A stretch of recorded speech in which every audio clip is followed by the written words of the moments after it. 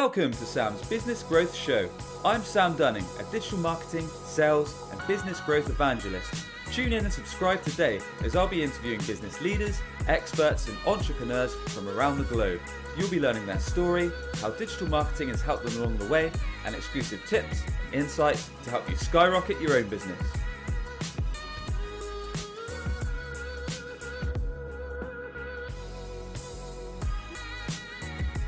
And welcome back to Sam's Business Growth Show. I'm delighted today to be joined by Sobczak.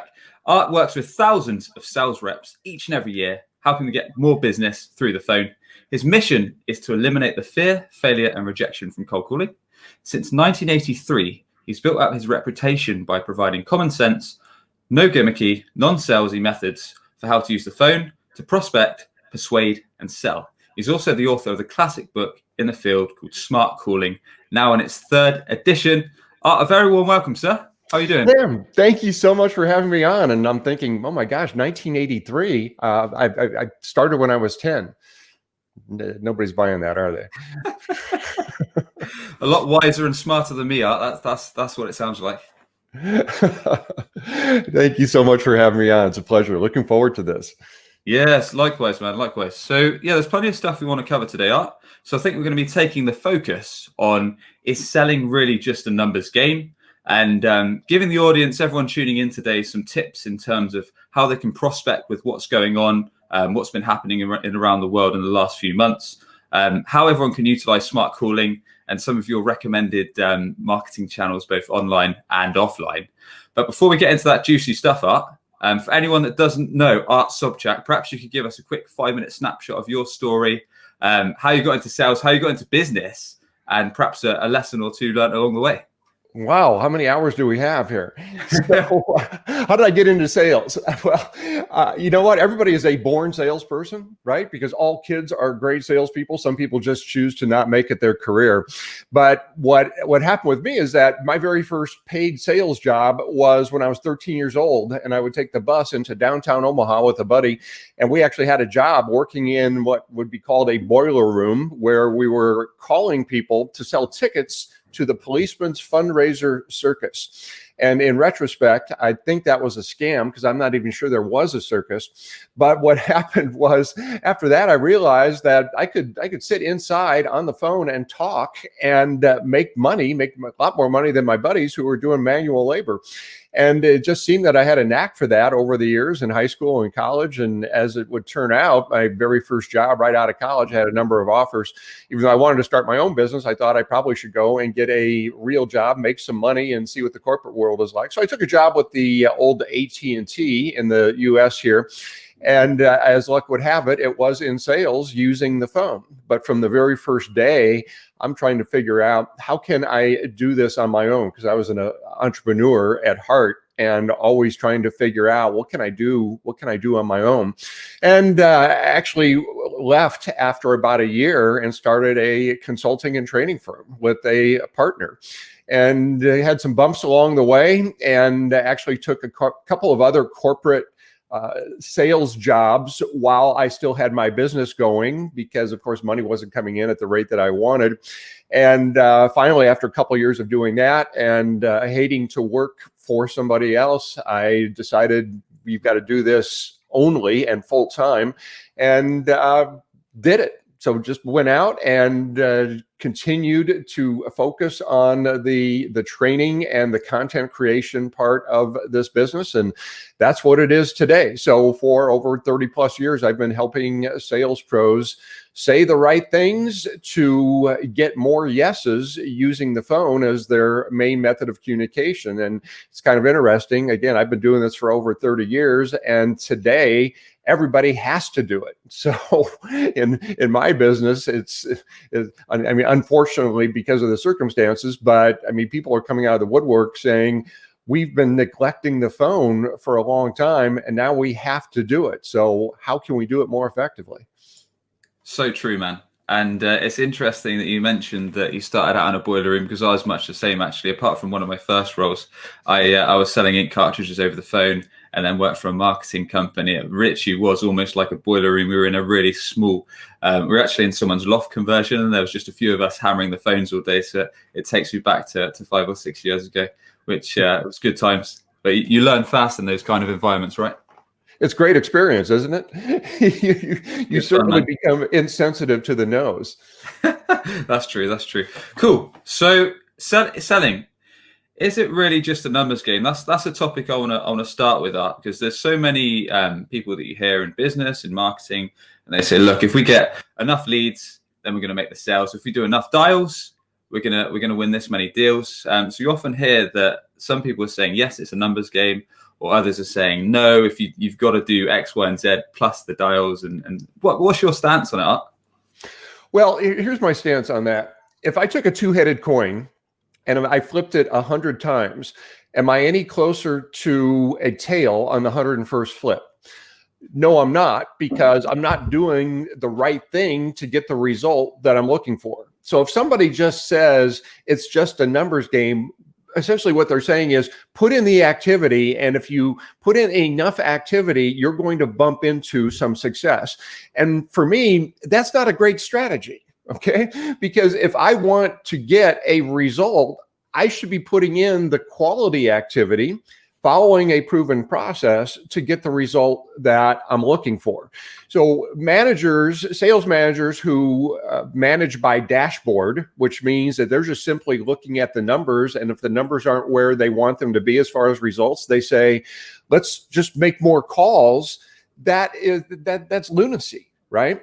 Because we got to look at what are we doing in order to get the results that we're getting right now, and how can we tweak that? So that normally means we need to put in better quality calls. Now, make no bones about it, we still need to put in the activity. And the thing is with activity is that high levels of activity and quality are not mutually exclusive, because there's always arguments of, oh, you just make the calls. Don't waste your time doing research because you got to be talking to people.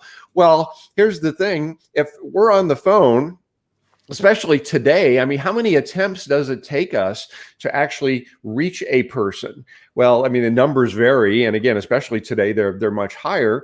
We're not having to do all of our research before every single call, because we can do the bulk of our research once, we put it in our notes, then we remind ourselves of that on each subsequent attempt.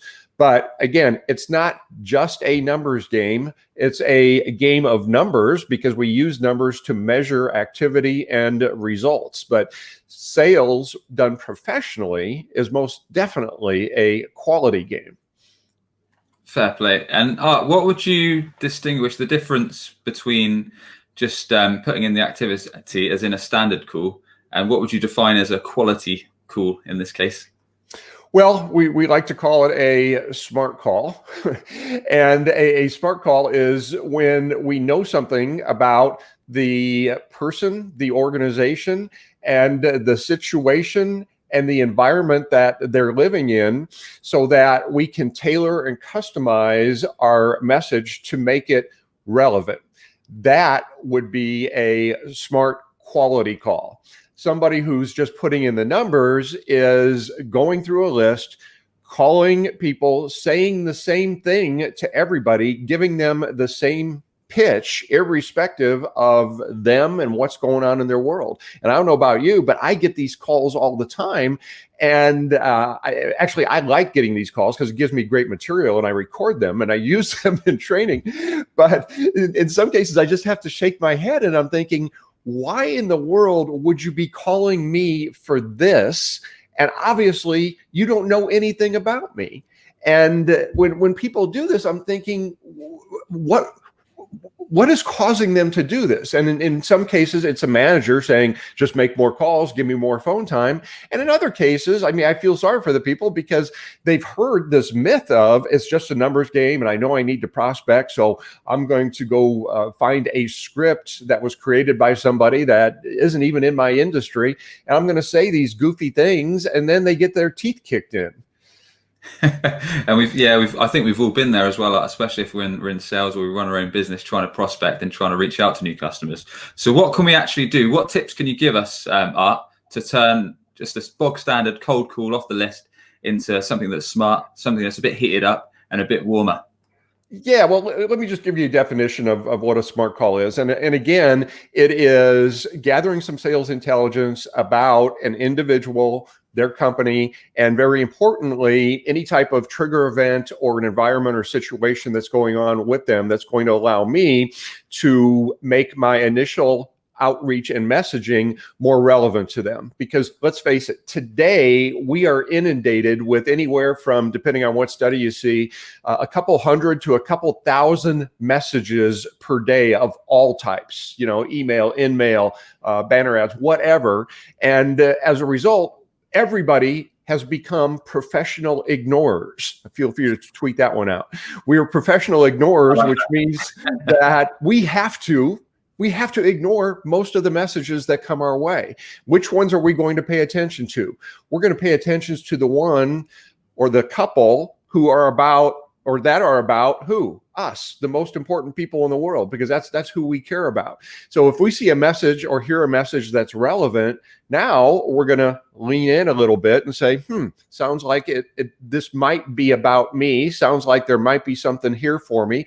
Sounds like it might be relevant for what I'm interested in right now. So how are we going to do that? Well, again, we're going to do online and offline research. And again, this doesn't have to take a lot of time. I mean, you can really systematize your intelligence gathering. So of course, we're going to Google, we're going to LinkedIn, and in my book, we go through a number of different ways to do this. And then also what we're doing, Sam, is this thing called social engineering. Social engineering is simply talking to people other than our decision maker for the purposes of gathering some sales intelligence. So I might be talking to, and again, with LinkedIn, it's relatively easy to find other names of people.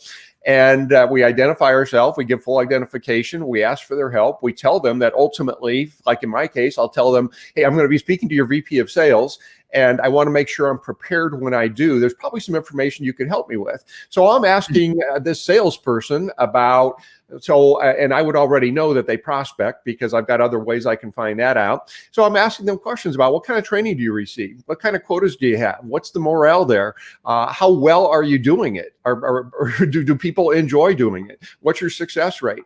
And I'm finding things out that now I can relate to the VP of sales when I'm doing my outreach and my messaging. And by the way, it's not just the phone, because today we have multimedia available to us. So I'm a believer in, we can use email, we can use LinkedIn InMail. We can use video for outreach as well. But what we're not doing there, Sam, is that we're not just giving a pitch in the email, because we've all gotten those cold emails or those LinkedIn spam messages, right? All we're trying to do is create some curiosity so that we ultimately can engage in a human conversation. Because let's face it, people buy from people, and the most effective way to sell is still humans talking to humans. And I'm a big believer in digital marketing and all those things because I've made millions of dollars at doing it. But again, the most effective way to sell is like doing what we're doing right now, talking live. And then when we can add the video element, that's even better. Sure thing. You mentioned an interesting point just now. So you said if we're going for the decision maker and we want to get intel before we actually strike up a conversation with them, be it on the phone, be it email, be it LinkedIn or any other channel, we go to someone perhaps that's not quite high up. So perhaps we're after a VP of sales or maybe even the business owner in a smaller organization. So we might go to one of the sales execs or the sales managers or someone a little bit lower down the chain. But what's the best way we can actually approach them without just saying, tell me this, or how do I do this, and without them thinking that we're an idiot and sounding silly, and actually approaching them in a professional way where they're going to help us, and at the same time we're going to be kind of giving them value so we can work our way in and have a better conversation with the ultimate decision maker. Yeah, glad you asked. Actually, I'm going to add one more person to that group, and it's the person that typically many people look at as an adversary, and some people call them the gatekeeper, right, or the screener. Well, I like to call them the assistants, because they're the buyer's assistant, and they can be our assistant as well. So I want to treat everybody as a buyer. And for the social engineering process, I actually have a process for this. It's several steps. Number one, okay, that person answers the phone and you introduce yourself and your company. Hey, Art Sobczak here with Business by Phone. Step number two, the magic H word. I'm hoping that you can help me. Okay, because I mean, the word help is proven to set off all kinds of emotions in somebody's mind, because most people do want to help, right? So again, I've identified myself. I asked for help. Now I'm going to give what is called my justification statement. And this is also proven to get more and better compliance. I mean, people that study influence and persuasion, Dr. Robert Cialdini covers it in his book. The justification statement is giving the reason why you're going to be asking for information, as opposed to just starting in with your questions, right? So my justification statement, like in my case, would be, hey, I'm going to be speaking to Joe Smith, your VP of sales. I want to make sure I'm prepared when I do. Okay, so that's the justification. Or it could be, I want to make sure that what I have is going to be relevant. And now, again, I'm providing a reason. Doesn't need to be a great reason, but it's just a reason. And then I'll tell them what I'm going to do. So there's probably some information you could help me with. Now, notice I'm not saying, may I ask you some questions, because that in and of itself is a question. So instead, we let them know, yeah, there's probably some information you could help me with. Pause.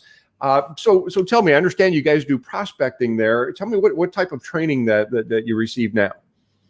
Got it. Okay, so it's personalizing it, it's asking for that help, it's explaining why, and then learning a bit more about what they're doing now, from the sounds of it up. Exactly. And something else about the whole social engineering process. And again, there are hundreds of thousands of sales reps doing this successfully now. If somebody is not familiar with this, they've not heard of it before, objections I've heard from people like that are, oh, well, people don't want to answer questions. I mean, people are busy. Well, the fact is, if you go in with that attitude, you're never going to get the information, because you've already told yourself you're not going to be successful. Go in with the attitude of course you'll get the information, and you'll never know unless you ask. And then here's another piece of advice. Don't just ask for the easy factual stuff like, how does he or she want to be contacted? I mean, that's a good question, but get into the substance and the qualitative information that you're looking for, because in some cases you might actually be talking to an influencer. And I've had cases where I befriended this person. They saw value in what I had. They actually made the introduction along with a recommendation for me and made it really easy. I've had decision makers say, wow, whatever you did with my assistant, you need to be teaching to my salespeople. No, it makes sense. It makes sense to get all the intel you can before you actually go to the ultimate decision makers. Then you can leverage that and personalize it for when you're reaching out to them. So in terms of when we actually are connecting to the decision maker, be it over the phone, be it perhaps on a cold email, be it on a LinkedIn message, perhaps you could give us one or two examples of maybe an email, maybe a call or a LinkedIn message art of, once we're connected to them, any tips on constructing that message to make sure, one, we get a response, and two, it's as positive as can be. So it's either we actually get the response, so we know either way if we can do some potential business, and two, this gives us a good chance of actually getting the meeting booked or getting the demo booked or whatever the end goal is from our prospecting mission. Right. Well, the key here is actually there's a couple of keys. One is, again, doing your research. And by the way, I suggest that a LinkedIn message or an email message is very similar to the opening statement messaging that I'm going to be using once I get the decision maker on the phone, which also should be similar to the voicemail message. People are always worried about, well, how do I change up my messages? It's like the biggest companies in the world don't change their tagline or their slogan every day, right? So I'm going to go in with my big gun. So let's say that I'll just use we'll just use a real example. So I've done my research. I know that the VP of sales has a quota here for new business for 2021, 2020 has been pretty much shot because of COVID, and their pipeline is dry right now because their salespeople don't know how to prospect. And I found these things out by talking to salespeople. And maybe there were some blog posts or LinkedIn messages, or maybe I saw them in a forum or a group somewhere. So these are all places I can get that information. So what I would put in a message is, and by the way, you can also send things in advance to warm up a call. Matter of fact, there's a friend of mine, he's a famous author and Wall Street Journal cartoonist. His name is Stu Heineck. He has, do you know Stu? I don't. I intend to get him on the show very soon, though. Awesome. Yeah. So he's actually coined a term for this and written about it. So it's called contact marketing. And it's a great complement to calling. And it's actually just sending something in advance of your call. And it could be an entire campaign, or it could be something as simple as some lumpy mail. Or in my case, I like to send a copy of my book. And if you haven't written a book, you can send a copy of somebody else's book. and it doesn't, and it should not, again, be a sales pitch. But what I'll do in my case, a good message would simply be, I understand that you have a new business quota for next year and are looking for ways to prospect conversationally and effectively without rejection. We specialize in doing that, have been doing it for over 30 years. I've got a few ideas I'd like to share with you. Do you feel it'd be worth a conversation, or do you feel it'd be worth taking a look at? And all I'm trying to do here is to create some curiosity. I'm not trying to give a pitch. I'm not saying I want to sell you training. All I want to do is get that person to say, okay, I wonder what it is. Sounds interesting. And of course, I would probably say, I'm the guy that sent you the book, and I want to keep it short and sweet. And I'm just looking for a very simple response. I mean, when people try to give a pitch in an email or in mail, normally people don't have time for that, and it just gets deleted. And then it also ruins any chance they might have of getting through on the phone, because they're going to remember that initial messaging, which I'm kind of going off on a tangent here. But people say that if here's the numbers game mentality. Keep sending the emails till you get a response. Keep leaving the voicemails till you get a response.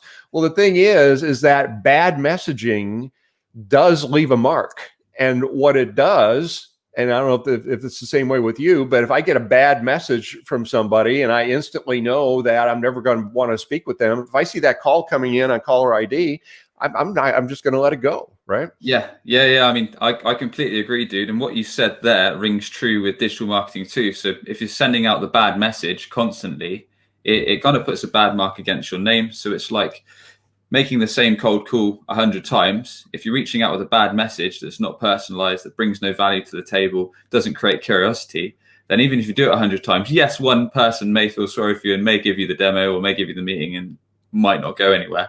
But likewise, if you're actually testing what you're doing and you're changing things, you're tweaking it each time based on feedback, then eventually you're going to get better. Much like with a digital marketing campaign, if you're running ads to the same landing page, for example, and you're not getting any leads from that landing page, you need to tweak something. You can't do the same thing, throwing mud at the wall and hoping something will stick. Obviously, it's common sense.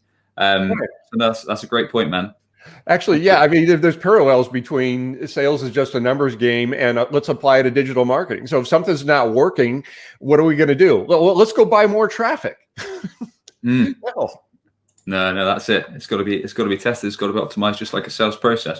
Cool, man. So with a lot's changing, as we know, we've had a global pandemic with so much change, everything moving virtual, everything moving to Zoom calls, online calls, email rather than face-to-face meetings. What can we do as sales professionals, marketers, or business owners to make sure that our sales are consistent, that we're still hitting targets, even though so much has changed in the way we do things right now? Well, what really hasn't changed are humans and motivators, right? Because people still are going to be buying for the main reasons that they typically buy, right? They want something, they want some change, they want to fill a gap, or they want to avoid some type of displeasure or pain, losing money, all those things. And if we're not starting with that as a salesperson, I mean, all these other forms of, the phone, video, texting, digital marketing, these are all just forms of communication, right? What still matters, what has always mattered, is the messaging. And if we don't have good messaging, and if we're not making it all about that person and what they might want, and if we're not talking to them individually, I mean, it doesn't matter what form of communication we're using.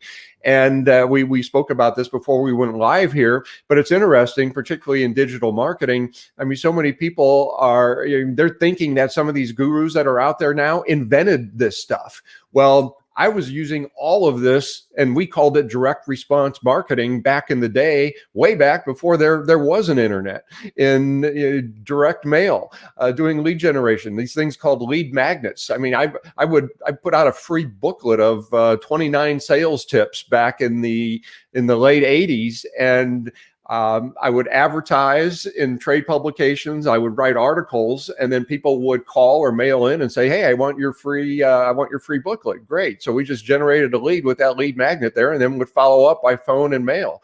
Geez, kind of sounds like this new thing, this internet marketing thing. It's not far off, really, is it? It's not far off in terms of the process, in terms of the follow-up and all that kind of stuff. It's a similar kind of thing.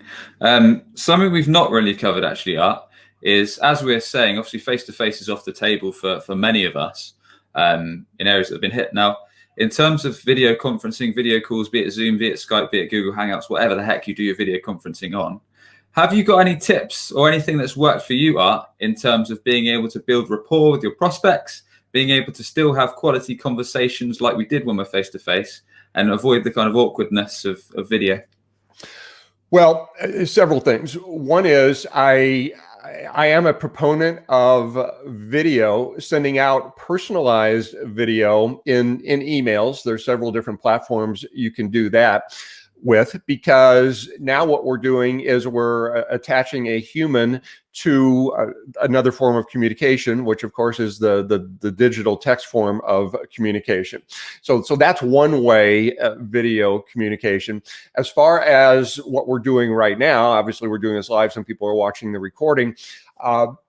Most people, I'll say most, over 50%, hadn't done this before regularly, and now many are forced to do it. So there's going to be there's a pushback. I mean, I've seen it over the last several months, and I mean, we've all seen the awkward people on video. I mean, it's not rocket science. There's no secret sauce here other than, how do you get good at anything? Well, go collect information on people that are already doing this well. I don't claim to be the expert in how to present yourself on video. I've certainly studied it and think I do it okay, but there are people that are experts on it. I mean, you can find it by just simply Googling them. And then, of course, there are many who now claim to be the expert in that. So pick and choose carefully. Just because you see it on the internet doesn't necessarily mean it's right. But collect information, study, and then practice. Because again, this is a performance sport. Selling has always been a performance sport. So now, in addition to our words, we have the visual aspect of it. So there's all kinds of information today available on that. Practice. I would suggest you practice recording yourself.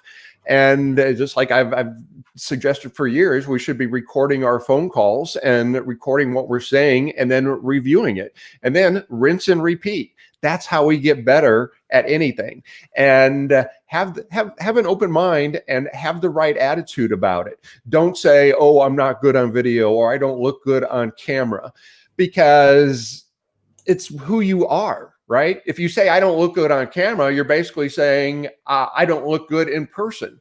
So all it is a camera, right? So get used to talking to the other person. Then there's all kinds of other tips, of course, with lighting and background and all that. So go out and seek that information. Get good at it, because that's how you're going to be better than your competitor. Because we're all being forced to do this now. And if you're being forced to do it, why not do it and be excellent at it? Makes sense, man. And a lot of what you said, it sounds like comes down to mindset. So like you say, if you think you're not going to be great at something, the chances are you're going to be in that poor mindset and not be as good as if you were positive at the time. And then a lot of the points we've covered in terms of calls, in terms of your messaging, comes down to having a process, refining what you're putting out there. So if something's not working, fine-tuning it, reviewing what you're doing, and then optimizing it, which is many of the fundamentals of digital marketing. So it's interesting that we're having this conversation. So really appreciate the chat, Art. In terms of your own business, is there a specific digital marketing channel that you've had success with that you'd recommend that anyone tuning in taps into, or multiple channels that you'd recommend that you've had success with, as well as calling, of course? Well, it's funny because I originally built my business doing direct response marketing years ago. I've had a monthly subscription newsletter for years, and what happened was when with the advent of when the internet, I don't want to sound like the crotchety old guy saying when I walked uphill both ways in the snow barefoot to school, but when the internet came out, I thought, okay, well, I can see how I need to transfer a lot of what I'm doing to digital. So over the years, I've done just about everything there is. I've studied all the gurus. And today I have quite a following online, so I don't have to do as much lead generation, although I have many different outlets for that. So I have a number of lead magnets. Matter of fact, I'll share one here if you don't mind. And it's Sure. very helpful for people. It's the entire smart calling process in a fill in the blanks template. And it's free, and it comes with a video. And people can get that at phonescripts.com. And so there you'll actually see an example of what we're doing here. And I've always been a big believer in giving away tons of content, because if people are going to sample your content and they're going to get value, obviously a certain percentage of them are going to want more. Many won't, which is fine. That's okay, because I'm here. I'm on a mission to help salespeople. And if you want more, we have that available, ranging from a couple bucks up to lots of money. But of course, we exchange money for value. Love it, man. And I mean, I'm kind of all over the place with your answer here, because I have done almost everything. I do live webinars. We've got automated webinars. I've done the whole ask method. I have that out there where we're doing surveys and sending people to different landing pages based on their answers to the questions. So I've invested a lot of money over the years studying, and one way to ensure that you're going to be successful is to learn something new every day. And if anybody ever thinks that they've got it mastered, that's when you start going downhill. I mean, look behind me. I've got, and this is only just a fraction of the books that I have. And what's cool about that is that I can go back to any of those, even though I read them at one point, and get something new out of any one of them, because what has changed is a frame of reference, right? We have new experiences. Yeah, and you've raised some great points there, and I love that you've tried a whole bunch of different digital marketing channels over the years. Because sometimes that's the only way to know what works. Because if you're not testing things, if you're not testing platforms, you're never going to know what's actually going to get you leads, what's going to get you inbound business and sales if you don't try it out. And the other point you raised about not being afraid to give away content is awesome. As that's how we get a lot of our inbound inquiries through Web Choice, by the content that we put out each and every day on LinkedIn, through our blogs, through video calls, through podcast, and through many, many other channels. So I think that's something that sometimes people are afraid to get stuck into. So just start putting out tips, putting out information that your customers have asked you, answering questions, putting together useful video content, as it's certainly the way forward. And it's just another stream to start getting idle customers your way. Really appreciate your time, man. Everyone, you've been tuning into Sam's Business Growth Show, where we sit down with business leaders, experts, and entrepreneurs from around the globe. We find out their story, how digital marketing's helped along the way, and their exclusive tips and insights to help you skyrocket your sales and skyrocket your business. We like to ask everyone that comes on, if you could thank just one person, either dead or alive, having a positive influence on yourself and your career, who would that be and why? That's interesting. I would say that probably the person who has had the biggest influence in my business would be Dan Kennedy. Okay. You're familiar with Dan? I'm not. Well, Dan Kennedy is arguably probably the top marketing guru in perhaps the world.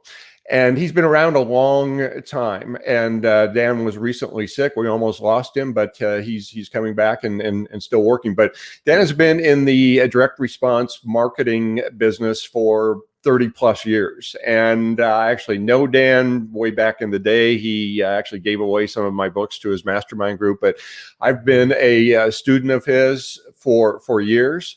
And I would say his material is the best there is. And matter of fact, many of the people out there now who are marketing gurus and consultants, including digital marketers, are using much of Dan's methodology. Awesome, man. Good person to reference. Good stuff. Tell us a bit more about how people can connect with you, how people can learn from you, and the best way to get in touch, and perhaps a bit more about your books. Sure. Well, again, if you're looking for an easy way to make a prospecting call, I would get that template and the free video. Go to phonescripts.com. My blog site, which can also send you to all my other sites, is simply smartcalling.com, smartcalling.com. So you can get a lot of free tips and information there. You can contact me there. You can learn about my training. I also have a podcast, which is theartofsales.com, theartofsales.com. And we make that mostly how-to based. So we have a guest about every fifth or sixth show or so, but mostly it's sales tips, techniques, and processes. So you're going to learn something on every show. Thanks, man. We really appreciate you coming on up. Thank you so much for having me. This was a pleasure. Cheers, dude. And if you enjoyed the show, be sure to hit subscribe on your podcast channel of choice, or on YouTube. It's Sam's Business Growth Show, where we interview tons of business leaders, sales experts, and marketing experts each and every week. Thanks so much for tuning in. Are you tired of constantly hunting for new customers? You could be missing out on regular inbound opportunities, all because your website isn't on the first page of Google. Perhaps you're already spending lots of money on advertising, but your website is failing to convert all of your hard-earned visitors into a consistent flow of new customers.